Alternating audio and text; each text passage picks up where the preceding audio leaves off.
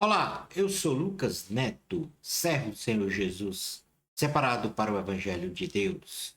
Bem-vinda e bem-vindo a mais um estudo da série Milagres de Jesus. Nós estamos estudando os milagres relacionados à cura e libertação. Hoje nós vamos estudar o milagre de número 7. Jesus cura um homem coberto de lepra. Vamos então dar início ao nosso estudo de hoje. Jesus realizou a cura de um homem coberto de lepra que se prostrou diante dele e suplicou-lhe que, pela vontade do Senhor, ele viesse a ficar limpo. Jesus, com grande compaixão, manifestou a sua vontade de curar o homem, e assim este homem foi curado. Neste estudo da série Milagres de Jesus, vamos compreender a narrativa e os ensinos espirituais da cura de um homem que estava coberto de lepra. A narrativa do texto bíblico.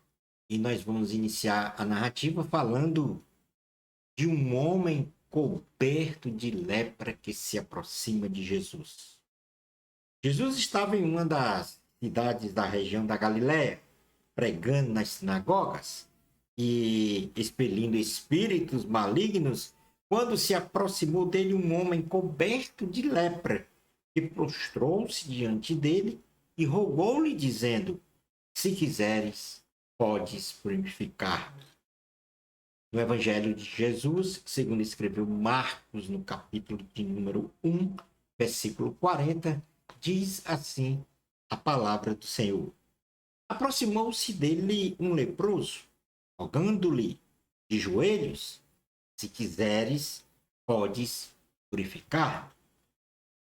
Jesus, então, a partir desta súplica, cura o homem coberto de lepra. Jesus ficou profundamente compadecido com a situação do homem coberto de lepra. Estendeu a sua mão e tocou-lhe, e no mesmo instante a lepra do homem desapareceu, quando Jesus declarou então a sua própria vontade, dizendo: Quero ficar limpo. O versículo de número 41 e 42 diz assim a palavra do Senhor. Jesus, profundamente compadecido, estendeu a mão, tocou e disse-lhe: Quero ficar limpo. No mesmo instante, lhe desapareceu a lepra e ele ficou limpo. Na sequência, então, Jesus ordena ao homem a se apresentar ao sacerdote. Jesus advertiu ao homem por um motivo ou ação não mencionada no texto, ou seja, pelo evangelista Marcos, e então Jesus, depois de ter advertido o homem, o despediu, ordenando-lhe então que se apresentasse ao sacerdote e oferecesse o sacrifício, de modo a realizar o que prescrevia a lei, onde o sacerdote atestaria a purificação, ou seja, a cura daquele homem, para que ele retornasse para o convívio social. Jesus disse também que ele não falasse nada para ninguém sobre a sua cura. No versículo 43 e 44 diz assim a palavra do Senhor: Fazendo-lhe então veementemente advertência, logo o despediu. E lhe disse: Olha, não digas nada a ninguém, mas vai, mostra-te ao sacerdote e oferece pela tua purificação o que Moisés determinou, para servir de testemunho ao povo. Então, após essa ordenança, o homem sai na região anunciando a sua cura, realizada então pelo Senhor Jesus. O homem curado, desobedecendo à orientação do Senhor Jesus, anunciou às pessoas daquela região que fora curado de forma milagrosa e sobrenatural pelo Senhor Jesus. a ponto de Jesus não poder mais entrar publicamente em qualquer cidade, dada a sua popularidade, ficando o Senhor em lugares desérticos e longe das cidades. Mas mesmo assim, uma multidão ia ter com ele. No versículo 45 de Marcos, capítulo 1, diz: Mas tendo ele saído, entrou a propalar muitas coisas e a divulgar a notícia, a ponto de não mais poder Jesus entrar publicamente em qualquer cidade, mas permanecia fora, em lugares ermos, e de toda parte vinham ter com ele. Alguns ensinamentos importantes contextualizados da cura do homem coberto de lepra. Jesus, ao realizar a cura do homem coberto de lepra, nos proporciona os seguintes ensinamentos. Em primeiro lugar, Jesus tem poder sobre todas as enfermidades. Jesus tem poder sobre todas as enfermidades. A lepra era a mais temida doença na época de Jesus. Era a mais grave doença que culminava com a decomposição da pessoa viva num estado de apodrecimento do corpo até a morte. E não tinha cura, altamente transmissível, tendo as pessoas acometidas de lepra a única opção de ficarem isoladas em locais desérticos e cavernas até a morte. A lei de Moisés tipificava o leproso como imundo, e muitos religiosos associavam a lepra em uma pessoa como um castigo divino por causa de seus pecados, numa relação direta entre a prática e do pecado com o castigo divino, demonstrado, por exemplo, no Antigo Testamento, em Miriam, que por rebelar-se contra Moisés, seu irmão, ela foi acometida de lepra. Portanto, os leprosos eram considerados pessoas que estavam sendo castigadas por Deus por causa dos pecados, porque esta era exatamente uma visão que os antigos tinham com relação à questão da lepra. Mas Jesus, ao curar o homem coberto de lepra, face ao pedido daquele homem que o purificasse, demonstrou então o seu poder contra a mais terrível enfermidade. Naquele tempo que não tinha cura e, ao mesmo tempo, do ponto de vista espiritual, demonstrou que somente Ele, Jesus, pode nos purificar de todo e qualquer pecado. Somente Jesus. Jesus pode lhe curar, Jesus pode lhe purificar de todos os seus pecados. Em Romanos, capítulo de número 1,16, ou seja, na carta aos Romanos, no capítulo 1, no versículo 16, nós temos aqui uma alusão direta ao poder de Deus, quando diz assim, no versículo 16: Pois não me envergonhe do Evangelho, porque é o poder de Deus para a salvação de todo aquele que crê, primeiro do judeu e também do grego. Mas, na primeira carta de João, capítulo de número 1, versículo 7, primeira carta de João, capítulo de número 1, versículo 7, diz assim a palavra do Senhor. Se, porém, andarmos na luz, como Ele está na luz, mantemos comunhão uns com os outros. O sangue de Jesus, seu Filho, nos purifica de todo o pecado. Jesus tem todo o poder e autoridade nos céus e na terra para realizar o impossível. Realizar o impossível, o sobrenatural. Nos purificar de todos os nossos pecados. Curar as nossas enfermidades. Jesus, ele nos ama com amor ágape. Deus é amor. E nesta condição, Jesus teve a compaixão do homem coberto de lepra. Se prostrou diante dele e rogou-lhe que pela vontade de Jesus ele fosse curado. Jesus tem compaixão e misericórdia de nós. Então, é preciso que com humildade venhamos a nos aproximar do trono da graça para experimentar este amor incomensurável do Senhor para conosco. Porque Deus é amor e Ele se compadece de nossos sofrimentos, dores e necessidades. Na primeira carta de João, no capítulo 4, diz assim a palavra do Senhor no versículo 7 ao 10. Amados, amemos uns aos outros, porque o amor procede de Deus.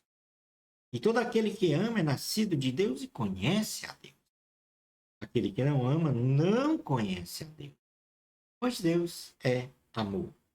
Nisto se manifestou o amor de Deus em nós, em haver Deus enviado o seu Filho unigênito ao mundo, para vivermos por meio dele. Nisto consiste o amor, não em que nós tenhamos amado a Deus, mas em que ele nos amou e enviou o seu Filho como propiciação pelos nossos pecados. Na carta aos Hebreus, no capítulo de número 4, versículos 14 a 16, diz assim a palavra do Senhor. Hebreus 4, 14 a 16. Tendo, pois, a Jesus, Filho de Deus, como grande sumo sacerdote, que penetrou os céus, conservemos firmes a nossa confissão, porque não temos sumo sacerdote que não possa compadecer-se das nossas fraquezas. Antes foi ele tentado em todas as coisas, à nossa semelhança, mas sem pecado. Cheguemos, portanto, confiadamente junto ao trono da graça, a fim de recebermos misericórdia e acharmos graça para socorro em ocasião oportuna. E como último ensinamento, nós devemos então observar e obedecer à vontade do Senhor. Jesus, ao curar o homem coberto de lepra, estabeleceu a ordem para que se apresentasse ao sacerdote, para que este testificasse que o homem fora curado, para assim demonstrar para os líderes eclesiásticos que Jesus cumpriu a lei e que Cristo é o nosso sumo sacerdote eternamente. Temos não só que observar a vontade do Senhor para a nossa vida, mas, especialmente, obedecer a esta vontade sobre todos os aspectos, que isto agrada ao Senhor, muito mais que sacrifícios cerimoniais, ritos religiosos, e também nos coloca muito próximo da imagem e semelhança de nosso Senhor Jesus. De outra maneira, a desobediência traz prejuízos para o desobediente e para o reino de Deus. Jesus disse àquele homem que não falasse nada a ninguém sobre a sua cura. Ele falou em toda a região, a todas as pessoas. E o resultado foi que Jesus não pôde mais entrar nas cidades por conta da sua intensa popularidade. No primeiro livro de Samuel, no capítulo de número 15, primeiro livro de Samuel, no capítulo 15, versículo 22, diz assim a palavra do Senhor.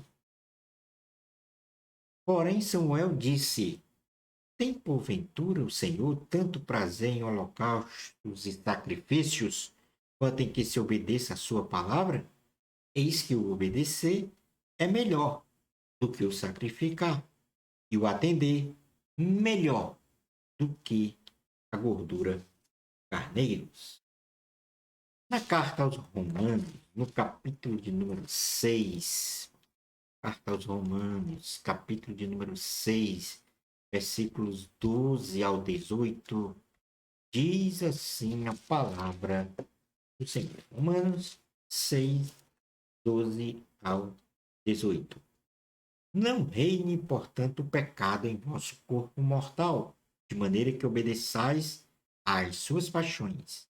Nem ofereçais cada um os membros do seu corpo ao pecado, como instrumentos de iniquidade, mas oferecei-os a Deus, como ressurretos dentre os mortos, e os vossos membros a Deus como instrumentos de justiça, porque o pecado não terá domínio sobre vós, pois não estáis debaixo da lei, e sim da graça. E daí, havemos de pecar, porque não estamos debaixo da lei, e sim da graça? De modo nenhum. Não sabeis que daquele a quem vos ofereceis como servos para a obediência, desse mesmo a quem obedeceis, sois servos, seja do pecado para a morte, ou da obediência para a justiça? Mas graças a Deus, porque outrora escravos do pecado, contudo, viestes a obedecer de coração a forma de doutrina que fostes entregues. E uma vez libertados do pecado, fostes feitos servos da justiça. Falo como um homem, por causa da fraqueza da vossa carne.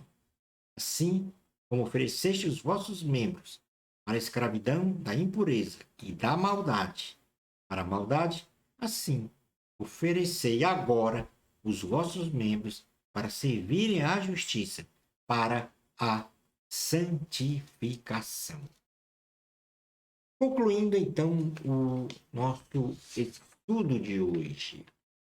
Estudamos que um homem coberto de lepra, ao se prostrar diante do Senhor Jesus, numa demonstração de humildade e reconhecimento da soberania e poder divino em Jesus, recebeu do Senhor com compaixão, misericórdia e amor a cura de uma doença incurável, tipificando então, espiritualmente, que só em Jesus somos purificados de todos os nossos pecados para alcançarmos a salvação e vida eterna.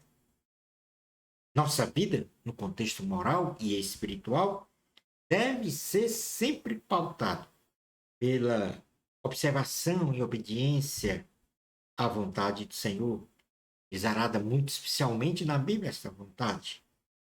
Não basta ser cristão, é preciso mostrar que é cristão, segundo os preceitos divinos, para o comportamento e existência do ser humano. Shalom Adonai. No nosso próximo estudo dos milagres de cura e libertação, nós vamos estudar o milagre de número 8. Jesus cura o servo do centurião romano.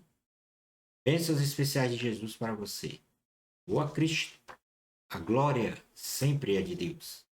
Até o nosso próximo estudo da série Milagres de Jesus, se Deus permitir.